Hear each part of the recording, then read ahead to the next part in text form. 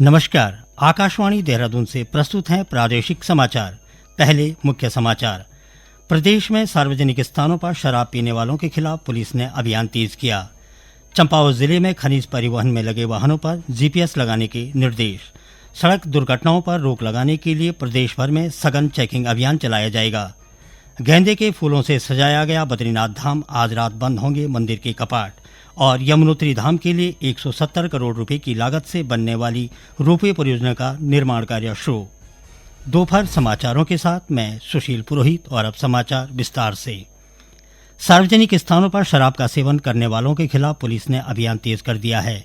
Doon police शहर के अलग अलग हिस्सों में अभियान चलाकर ऐसे लोगों के खिलाफ कड़ी कार्रवाई कर रही है, जिसमें अब तक 1800 से अधिक चालान किए गए हैं, जिसमें 5 लाख से ज्यादा अर्थदंड वसूला गया है।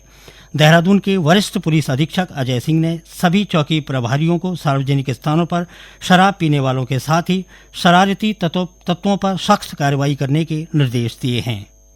ये जो सार्वजनिक स्थानों पर शराब पीने की शिकायत है, क्योंकि आमजन जो उन रास्तों से जाते हैं, खासकर कभी टूरिस्ट जो बाहर से आते हैं उनकी शिकायत रहती है, लोकल लोग की भी रहती है कि कुछ ऐसे स्थान है चिन्हित जहां पर लोग गाड़ियों में बैठकर या खुले स्थान पर शराब या मदिरा सेवन करते हैं, और जिससे आमजनों को भी असुविधा होती है। खास इसमें कोई झगड़े होने की संभावना भी रहती है। एक टोका टोकी में हॉट टॉक्स भी होती है, जिसको देखते हुए लगातार ऐसे इलाकों में जो शहर के आउटर इलाके जहाँ पे से शिकायतें थी, लगातार अभियान हमारा चल रहा है। और अभी हमने जो इस अभियान के तहत 1894 लोग का इसमें चालान किया, 5,85,000 रुपए का जुर्माना भी लगा है। तो देखा जाए तो इस तरह सार्वजनिक स्थानों पर मर्यादा भंग करना, चाहे ऐसे टूरिस्ट स्पॉट जहाँ पर धार्मिक स्थलों की मर्यादा भंग करना, तो इसको देखते हुए अभियान चल रहा है और ये आगे भी निरंतर जारी रहेगा।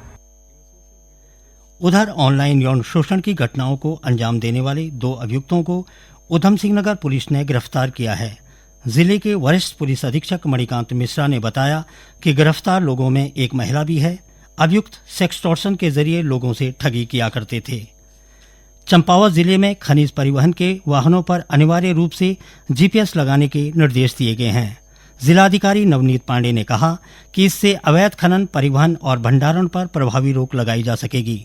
उन्होंने कहा कि खनन वाहनों का पंजीकरण करते समय ही यह सुनिश्चित कर लिया जाए कि वाहन में जीपीएस सिस्टम लगा है या नहीं। जनपद स्तरीय जिला अवैध खनन निरोधक दल की बैठक में जिलाधिकारी ने टास्क फोर्स के सदस्यों को अवैध खनन, परिवहन, ओवरलोडिंग पर लगातार अभियान चलाकर कार्रवाई करने के निर्देश दिए। उन्होंने कहा कि बिना वैध प्रपत्र के उपखनिजों के परिवहन को रोकने के लिए नियमित रूप से चेकिंग अभियान चलाया जाए। जिलाधिकारी ने कहा कि जिन वाहनों में जीपीएस नहीं लगा होगा और वाहन में आगे पीछे स्पष्ट नंबर प्लेट नहीं होगी, उनका पूरे खनन सीजन में लाइसेंस निरस्त कर वाहन सीज कर दिया जाएगा। देहरादून में रात 11 बजे के बाद कोई भी बार, पब, क्लब संचालित नहीं होगा। जिलाधिकारी समीन बंसल ने रात में नशे के कारण बढ़ती सड़क दुर्घटनाओं के मद्देनजर शांति और कानून व्यवस्था बनाए रखने को लेकर यह निर्णय लिया है। उन्होंने सप्ताह के अंत में 1 घंटा अतिरिक्त बार संचालन की अनुमति की वर्षों पुरानी प्रथा को देहरादून से समाप्त कर दिया है। जिलाधिकारी ने कहा कि रात 11 बजे के बाद बार, पब और क्लब के संचालन के उल्लंघन पर विधिक कार्रवाई की जाएगी। इस बीच जिलाधिकारी की संस्तुति के बाद आबकारी सचिव ने देहरादून मसूरी रोड स्थित एक नामचीन होटल के बार का 24 घंटे का लाइसेंस निरस्त कर उसे घटाकर 12 घंटे कर दिया है। सड़क दुर्घटनाओं पर प्रभावी अंकुश लगाने के लिए प्रदेश भर में सघन चेकिंग अभियान चलाया जाएगा। अभियान के दौरान वाहनों की ओवर स्पीड, ओवरलोडिंग और नशे की हालत में वाहन चलाने वालों के खिलाफ कड़ी कार्रवाई होगी।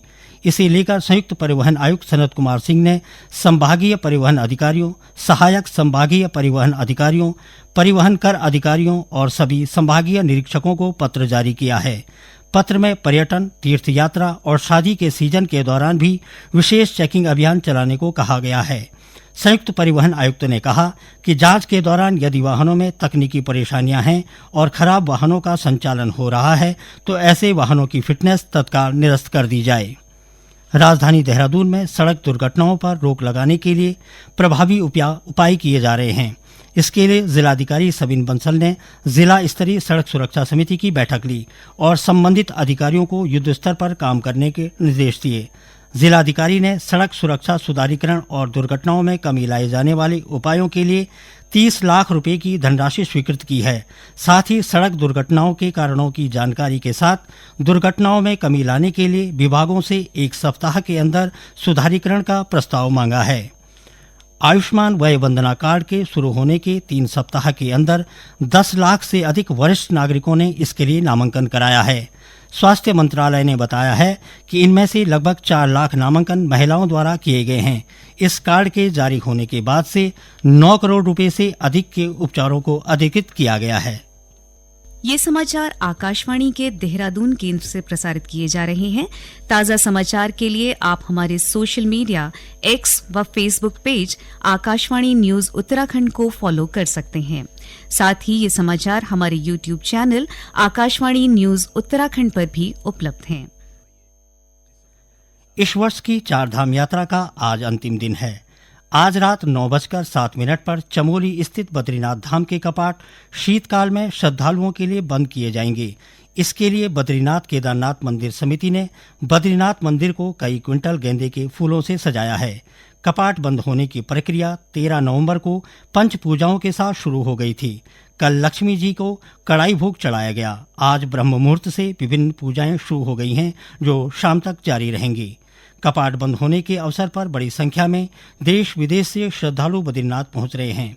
प्राप्त आंकड़ों के अनुसार इस वर्ष अब तक 14,25,000 से अधिक श्रद्धालु भगवान बद्री विशाल के दर्शन कर चुके हैं।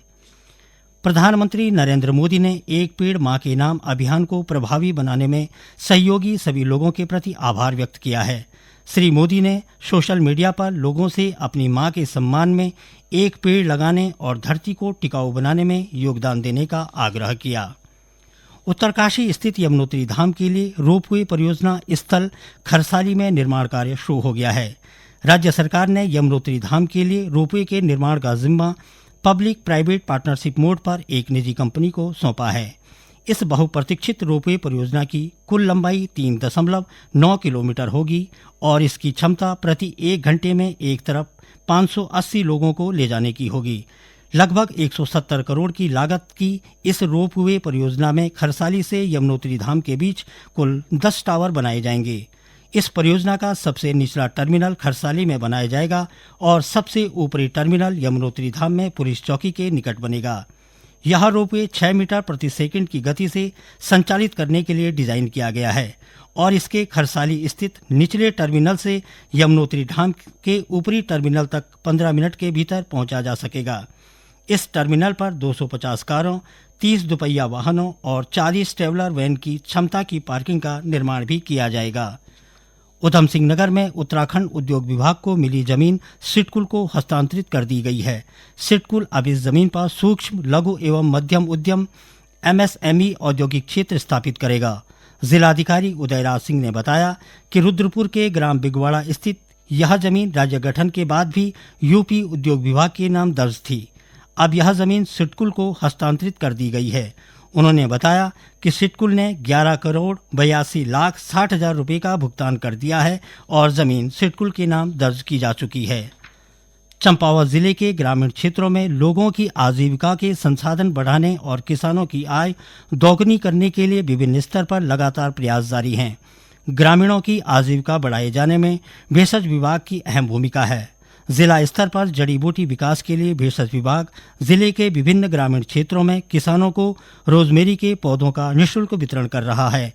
जिला भेषज संघ के समन्वयक कमलेंद्र यादव ने बताया कि विभाग द्वारा झालाकुड़ी गांव में महिला स्वयं सहायता समूह की 56 महिलाओं को 88,000 रोजमेरी के पौधे दिए गए हैं।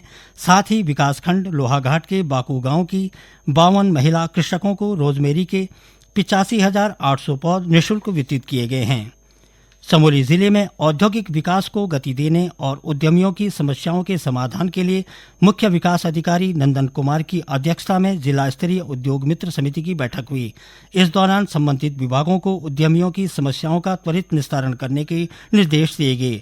मुख्य विकास अधिकारी ने जिला महाप्रबंधक को औद्योगिक क्षेत्रों में आवंटित भूखंडों की लीज अनुबंध की कार्रवाई शीघ्र पूरी करने के लिए और औद्योगिक संस्थानों में अग्निशमन के पुख्ता इंतजाम करने के निर्देश दिए।